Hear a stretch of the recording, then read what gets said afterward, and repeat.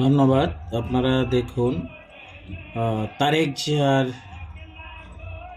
Family card বিতরণ করছে। উনি এদেশের কোনো নাগরিক ছিল না, উনি যুক্তরাষ্ট্রের নাগরিকত্ব ছিল।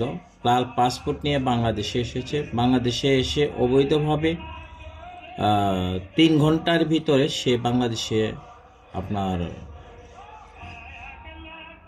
ভোটার হয়েছে।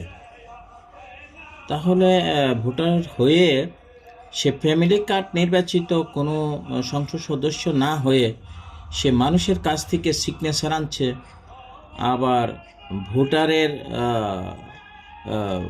কার্ডের নাম্বার নিয়ে আসছে। এটা কোন দেশের আইনে প্রচলিত হয়? এটা যদি বাংলাদেশের জনগণ সুষ্ঠু মজলিসে একটু চিন্তা চেতনা করে যে আমি